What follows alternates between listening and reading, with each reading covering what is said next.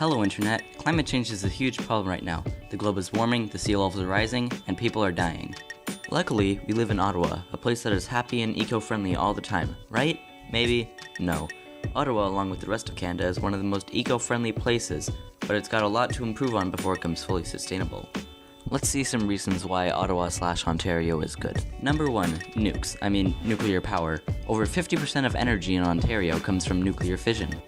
This is great because it's clean, other than the small amount of nuclear waste. It's powerful, a small amount of uranium has a ton of energy, and finally, it's cheap. However, since we can only mine so much uranium before we run out, even if this will last us hundreds of years, it's technically not sustainable. Let's look at something else. Number 2, hydropower. This is Ontario's second largest method of energy production, producing around 1/4 of the power we use. This is even better than nuclear power because it is extremely clean and renewable. Number 3, Ontario uses very little coal, which is great because burning coal produces a lot of carbon dioxide. This seems like a good thing until you realize that we don't use coal because we have more natural gas than we could ever dream of. Natural gas also produces a lot of CO2, but also contains methane, another strong greenhouse gas that will warm the planet if it escapes. This is a problem not only in Canada, but also in its closest bud, the US, which gets most of its imported natural gas from, you guessed it, Canada. Okay, new topic. Number 4, electric car incentives. Canada already has some incentives for buying electric cars, such as somewhat high gas prices, along with discounts of a few $1,000s for some electric and hybrid vehicles. Number 5, food production. Canada has a whole lot of one thing, nothing. Massive fields of open land with nobody nearby.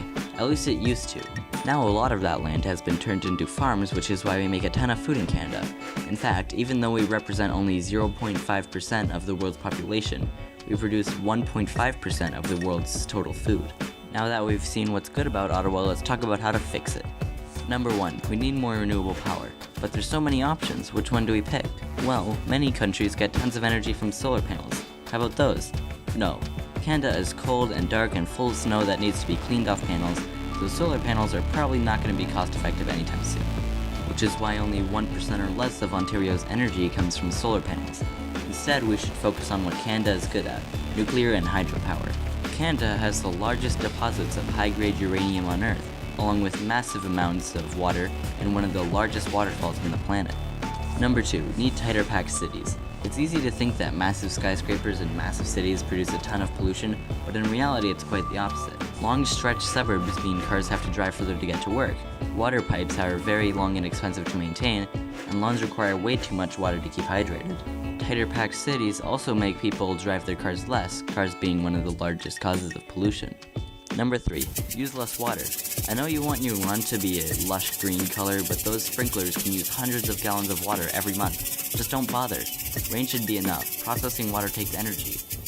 Number 4, make higher incentives for electric cars. I know we already have some, but it's nowhere close to covering the price. An easy way to do this is to raise your gas prices. This makes people want electric cars, and those who can't afford them will end up walking and biking to most places. We also only have a few charging stations in Ontario. As they are an essential part of electric cars, we need more of them. Number 5, we need to waste less food. It's estimated that the average Canadian wastes about 50% of their food. What? Billions of dollars are going down the drain. That's not even including the fact that the majority of food goes to animals to ultimately give us back less food than we gave them. So in conclusion, it's going to take a lot of political will to make Ottawa sustainable, but it's not impossible. Let's just hope we put preventing the end of the world as a higher priority than making a few quick bucks. I would like to give a shout out to CGP Grey, who inspired me to use the visual style that he uses in his videos. He's a really great educator and you should check him out if you haven't already.